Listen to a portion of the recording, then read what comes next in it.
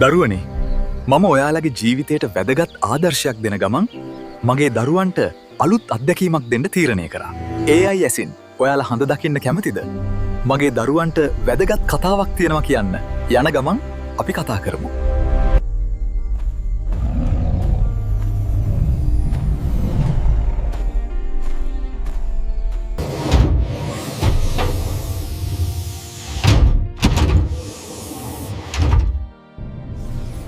දරුවනේ අපි ගමන පිටත්වීමට සූදානන්.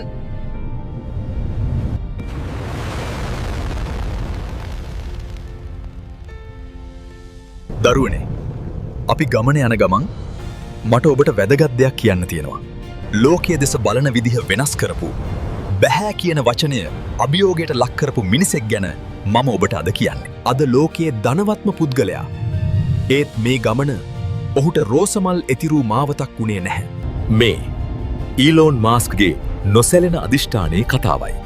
දකුණු අප්‍රිකාවේ උපත ලබන ඔහු කුඩා කල සිටම වෙනස් දරුවෙක්. ඔහු ජීවත් වුණේ පොත් ලොකයක. මේ වෙනස්කම නිසාම ඔහු පාසලේදී දරුණු හිරිහරවලට ලක්වුණා. දිනක් ඔහුව පඩිපෙලකින් තල්ලු කර සිහි නැතිවනතුරු පහර දෙනවා. ඒත් ඒ තනිකම සහ වේදනාව තමයි ඔහුව පරිගණක සහ විද්‍යාවේ අසීමාන්තික ලෝකයේ වෙත තල්ලු කළේ. වයස අවුරුදු 12 ඔහු තමන්ගේම වීඩියෝ ක්‍රීඩාවක් නිර්මාණය කර විකුණනවා.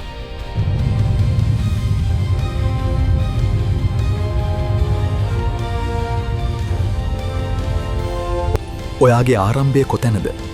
ඔයාට මිනිස්සු මොනවා කිව්වද කියන එක වැදගත් නැහැ. වැදගත් වෙන්නේ ඔයා ඔයාව දකින විදිහයි. ඔයාගේ වෙනස්කම ඔයාගේ දුර්බලකම නෙවෙයි. ඒක ඔයාගේ සුපිරි බලය කරගන්න.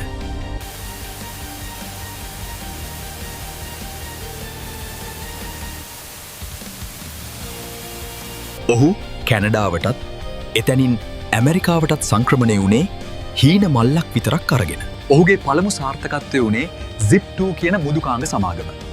ඊට පස්සේ එය හැමෝම දන්න X.com ආරම්භ කළා. පසුව එය PayPal බවට පත් වුණා. PayPal විකුණුවාම ඔහුට ඩොලර් මිලියන 180ක් විතර ලැබුණා. මෙතනදී සාමාන්‍ය මිනිස්සෙක් මොකද කරන්නේ? සුව පහසු ජීවිතයක් ගෙවනවා. විශ්‍රාම යනවා. ඒත් ඔහු සාමාන්‍ය කෙනෙක් නෙවෙයි. ඔහුට ඕන වුණේ සල්ලි නෙවෙයි. ඔහුට ඕන වුණේ ලෝකය වෙනස් කරන්න.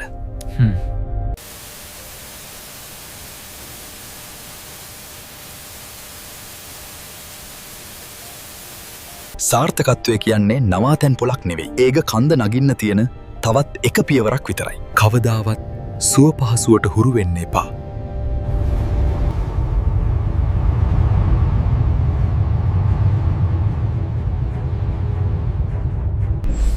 දරුවනේ අපි දැන් හඳට ආසන්නව ඉන්නේ. සඳ මත තරණය කිරීමට සියල්ල සූදානම්. අපි කතාවේ ඉතුරු ටික සද මත ඇවිදින ගමන් කතා කරමු.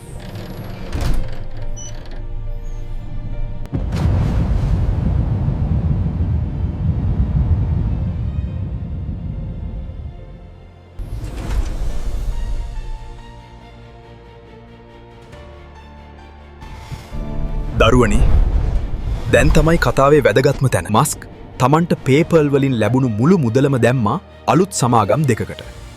SpaceX මිනිස්සුන්ව අඟහරු ග්‍රහයා වෙත ගෙනියන්න රොකට් හදන සමාගමක්. අනික තමා Tesla ලෝකයේම විදුලි කාර් පාවිච්චි කරන තැනකට ගේන සමාගමක්.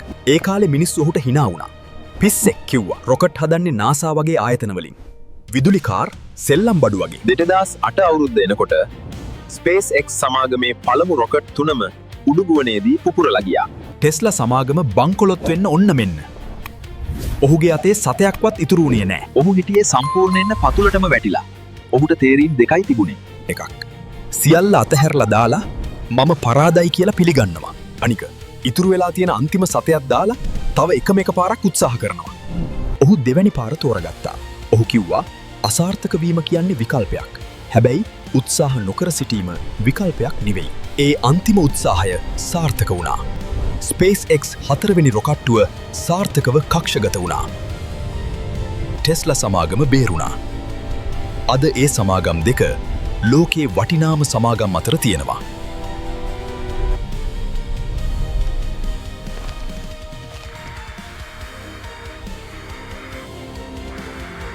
දරුවනේ ඊලෝන් මාස්ක්ගේ මේ කතාවෙන් ඔයා ඉගෙන ගන්න ඕන දේ මේකයි. මිනිස්සු ඔයාට පිස්සු කියන තරම් ලොකුවට හීන දකින්න. අසාර්ථකත්වයට බය වෙන්න එපා. වැටෙන එක සාමාන්‍ය දෙයක්. වැටුණු තැනින්ම නැගිටින්න. 10 පාරක් වැටුනොත් 11 වෙනි පාර නැගිටින්න නොසැලී වැඩ කරන්න. ඔහුගේ වැඩ කිරීමේ ආචාර ධර්මය අසම සමයි. සතියට පැය 90ක් පමණ ඔහු වැඩ කරනවා. සාර්ථකත්වයට කෙටිමං නැහැ. ඔබට රොකට් හදන්න අවශ්‍ය නැහැ. ඔබට විදුලි කාර් හදන්න අවශ්‍ය නැහැ. ඒත් ඔබේ ජීවිතය, ඔබේ අරමුණ, ඔබේ හීනය ඒක ගොඩනගන්න. ඔබට අවශ්‍ය එකම දේ නොසැලෙන හිතේ හයිය විතරයි. දැන් ගිහින් ඔබේ සිහිනය වෙනුවෙන් වැඩ පටන් ගන්න.